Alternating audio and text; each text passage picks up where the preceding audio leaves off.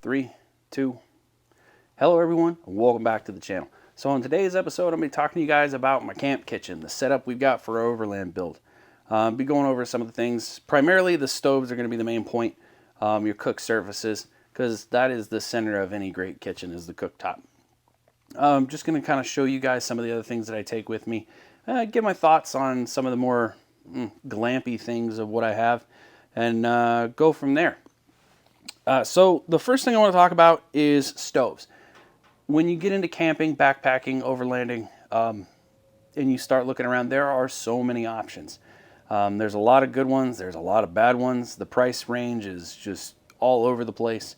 And so when I got into it, trying to figure out what was going to be best for me, the only way to do it was to grab something that looked like it might work, take some of the existing stuff I have, take them on a trip, and see what actually worked for me when I went solo camping to when I went with the family.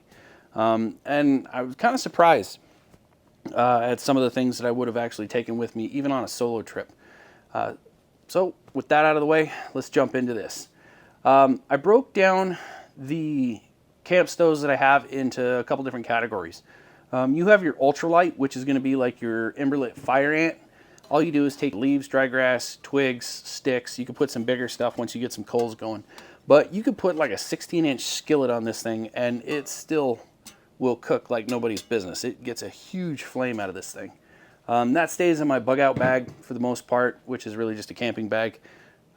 Moving on, the next thing I want to talk about is your compacts, your Jetboil. I think this one's called the Flash. This entire setup with a smaller gas can will actually fit into the cup. You don't even really have to take much of it apart. You could literally just take it, stick it in the cup, and put the lid back on. There's enough room to fit a coffee press in there. It comes with a cup and whatnot. This little adapter right here allows you to put the pot and pan that you can get separately. The pot and the pan, they come with their own little plates, so it's really kind of like its own cook system. It's kind of neat, really. This thing rolls around in the back of the truck, and it's there when I need it. But we always seem to take it camping, even if, well, we always seem to take it with us. Anytime we're out in the woods, we'll take that. Moving on from that, you've got your more new age fancy ones. This is the Jetboil Genesis Camp, Base Camp. Dual fuel system. I can run the butane tanks or propane off of it with an adapter. You can actually slave this guy off the side of that burner over there so that it's all one system and runs off the same gas tank. Good little system. I think each burner puts out like 20,000 BTUs. I don't know how to translate that as a max like Fahrenheit, but it gets pretty hot. I've been able to cook steaks, did spaghetti, pasta into the bowl, breakfast. It works fantastic, and it's really my go-to option anytime we go family camping. And to be honest, I kind of take it with me when I go solo camping just because of how compact it is. The burners fold up, and then they rest inside the pot, and then this goes over the top, and then it fits inside of the bag that's underneath the table right now. There's a little plastic shield that goes around the back, kind of flimsy. It kind of works, but you know, you can come up with, you can make a better option. But all in all, great little stove, little on the pricey side. You're looking closer to $300 right there. You can find them on sale. If you can find a used one that's not too beat up, that wouldn't be too bad. Really good option, just because of how well built it is. Moving on from that, you got your classic greenies, Coleman stoves. These things are bomb-proof. They're tried and true. My dad used one when I was a kid. I've used one. My grandfather probably used one. His grandfather probably used one. This particular model is a dual burner, dual fuel stove. It can run off propane. It can run off white gas. Just by swapping out, you know, the white gas has a tank. The propane's got a check valve and all that stuff in there.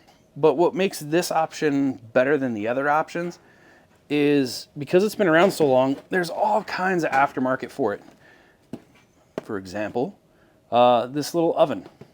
Brownies, cookies, pies, roasts, garlic breads. You could do all kinds of stuff in here. You could take pork chops with you, take shake and bake, and make shake and bake pork chops out on the trail. It's just a great little option. The oven itself is about the size of the box. It's probably a little bit bigger, but it just sits over the burners and heats up. And because you can control the burners, you can control the temp. Allows you to make a lot more stuff with just these two right here. And again, it'll hook up to your propane. But you could use this Ignic fire can. Fantastic little piece of kit, by the way. This thing kept me nice and toasty. In Yellowstone, we were drenched head to toe. The wind was blowing, but this little thing was right next to the stove, just blaring out heat. Like 2 foot, 3 foot flame coming off this thing. If you can't have a fire somewhere, great option. It works well. If it's really cold, it's probably not going to do too well for you. There's options out there. I wouldn't mind they're like little fire pits. I don't remember what they're called, but it came in clutch. You could use it as a cooktop. All you need is you could take just a pan and set the pan on it. And because there's a regulator, you can adjust how hot it gets. So just kind of a little improvised idea. When it comes to camping, at least for me, and overlanding, a lot of things that you can improvise just make sense. Sometimes they work better than the other ones. But yeah, that about covers everything. I take most of this stuff with me when I go camping with the family. Like if it's just me, I probably won't take this, and I probably won't take this. These will be the only two that I take. When I'm making a fire in the morning, coffee. This thing will heat this cup of water up in under 2 minutes, so I can have a cup of coffee in 5 minutes maybe. This right here, because it runs off propane, I run that. It's got its own little carrying case. So, those three things together make up my kitchen, and there's nothing that I can't do. Now, some of the criteria that I used when I was picking them out was the number of burners that it has, the type of fuel that it uses. Is it a dual fuel? Does it use propane, white gas, butane? How long am I going to be gone on the trip? Because that'll really determine. If I'm going to be gone for 2 weeks, I'm definitely bringing my whole setup, because I could cook a full dinner right here with the family. If it's just going to be a day or two, I'll probably take this most likely, and maybe that if it's like 2-3 days. And let's see here. So what else? You got fuel. So fuel type, how many burners it has, how long you're going to be gone. A big one is how many people you're going to have to feed. You don't want to have to feed 30 people off a cup. So figuring out that one is going to be, kind of an important one. But also the space available, which comes into planning out the build. For the kitchen that I have planned, something like this would work great, just because I'll have the room to do it. But I'll probably still run that because it's compact. Ounces equal pounds, pounds equal problems. And I want to try to keep the weight down. So this is probably going to be my main option. But when the kitchen gets the pull-out kitchen, because I'm going to have a whole kitchen built out in under the bed of my truck, this is actually probably going to spend most of its time in that pull-out. So once you can figure out the criteria and then actually get it out into the field and test those things out, find out what works best for you, you'll narrow it down pretty quick. But all I'm saying, you don't have to spend a bunch of money to get where you're trying to go. So yeah, that wraps up the stove part of the camp kitchen. We'll jump into the next part. I'll clean some of this up and get some of the other kitchen stuff on the table and talk about that. But yeah, if you guys have any comments or questions, just put them down in the comment section down below. And yeah, I'll get to it. Let's jump on to the next part of the kitchen. So here we are with pretty much everything that I run in my kitchen. I already went over the stoves and stuff. There was an extra couple things that were in another box that I didn't show you guys.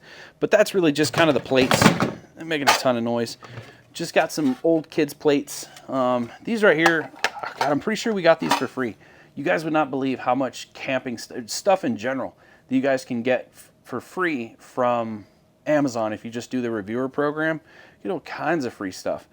Some of it's junk, a lot of it's junk. Other stuff's not. Like we got an electric dirt bike for free. That's pretty cool. It's pretty quick too. You'll get tents, camp chairs, camping gear. So if you're looking for gear on the cheap, get into the Amazon reviewer program and just review it. Some of it's, actually, I take that back. Like 99% of it is Chinese junk. It's all pressed in a factory by some slave worker somewhere. But some of it's pretty nifty outside of that fact. You can either use it or not use it. I wouldn't pay for it because it's really just that cheap. You get stuff like this where you get the forks, knife, spoon combo in this little rubber doohickey mabob. And it's pretty nifty, It's not the greatest, but it doesn't need to be. It's just there as a knife, fork, and spoon. If you lost it, it wouldn't break your heart. Having some cups is really nice. Coffee cups. These aren't bad. They're measuring cups, kind of dual purpose, but you can use them as coffee cups. Just kind of falls into the category of packing your kit out. Ounces equal pounds, pounds equal pain in the ass. And so a lot of my stuff is lightweight, and that's the way I try to keep it. With the exception of something I think everybody should have in their kit, and that is a well-seasoned cast iron pan. They're worth their, well, I don't want to say they're worth their weight in gold because they're really not, but they're incredibly useful. You can, if you got a lid, you can do a lot more with them. They're just really great. They hold heat well. It's the way to go. You can't put an aluminum pan in a fire pit. Well, you probably could, but you put this directly on the coals and it'll be just fine. So, well-seasoned cast iron skillet is kind of up on the priority. Having a set of cutting boards, roll-up cutting boards.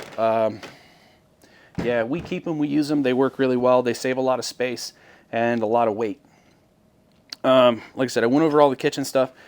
There's this guy right here, which is just an extra pot and pan set, free from Amazon. There's pot, pan in here, plates, a couple cups. There's silverware in there, and it's all plastic on the inside, the plates and stuff. But it's super lightweight, doesn't take up a lot of space. But that's all my pots and pans and utensils. Never really used it, got it for free, and just haven't used it yet because it comes with pots and pans, and I use different utensils. Couple of the bougier things, I would say. But you can't even really say that anymore because it's really just glamping. And it's not even glamping anymore. It's just camping because everybody's doing it in some way, shape, or fashion. Doesn't have to be super expensive, but everybody does it. This right here is the Dometic. Yeah, that's right. I don't remember how much this was. It was like a couple liters or 3 or 4 gallons. I don't remember. But I went ahead and got the faucet that goes with it. Really enjoy this. Runs a hose down to the top of this thing. There's a hose that runs down in there, and it's pressurized, and hit the button, water comes out of the faucet. So you could actually take this, set it right next to set the faucet on top of the jug with a little magnetic plate that they give you, and then turn it on and wash dishes. I want to take a step back to the cast iron. Make sure you get some handle covers, because when this pan gets hot, this handle gets hotter than the devil's at. And having a cover will save your hands. I've burned myself and left some skin on the handle once or twice. So make sure you get some covers for your cast iron. So water jug, faucet, water basin. There's a drain in the bottom of this thing. You pick it up at Target, Walmart, wherever. Having a tablecloth is kind of nice because if you get to somewhere and the table's just trashed, having that'll just kind of make it better. It makes for having family, like a family camping trip. And that's really where I'll only use this, is like a family thing. Because remember, camping with family, they got to be comfortable. Otherwise, the kids are going to be miserable and you're going to be miserable. Anybody has any thoughts? I'm always open to trying out new gear. So if anybody has any ideas, just drop it in the comment section. And if you could, put a link in there so I could just go check it out. So the last pieces of the kitchen that I want to talk about are going to be this New Air 48 quart fridge. Dual zone, so I can make a fridge and a freezer. It runs off a power cord, but it also has the ability to use battery packs, rechargeable battery packs, so you can take it with you anywhere. Say you're doing dispersed camping and you want to be away from the truck. It's got wheels and a handle, you can roll it like a cooler. The benefits of having a fridge over a cooler: you don't have to worry about ice, you don't have to worry about draining water. Most of the space taken up in a cooler is from ice to keep everything cold.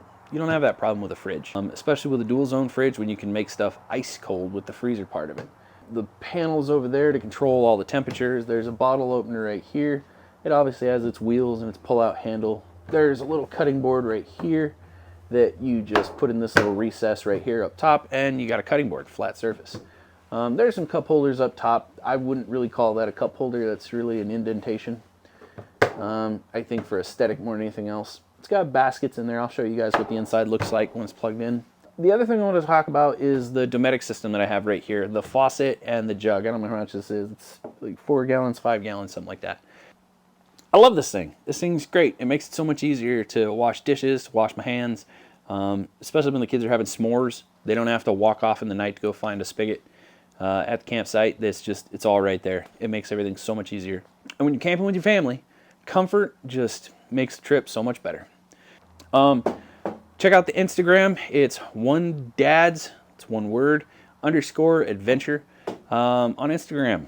give it a shot. There's not a lot on there right now. I've got tons of pictures. I just got to post them. Everybody keeps telling me that reels are the way to go if you want your Instagram to take off. So I got to make reels, I guess. That about wraps up this video, you guys. If you have any comments or questions, drop them in the comment section down below. I'll do my best to answer it. There's just so many comments down there. I have a hard time seeing them all. If you guys like the videos, do me a favor. Hit that thumbs up. Subscribe to the channel. Turn on your notifications. You get notified every time I post new content. But until the next one, you guys, take care. Stay safe. We'll see you around.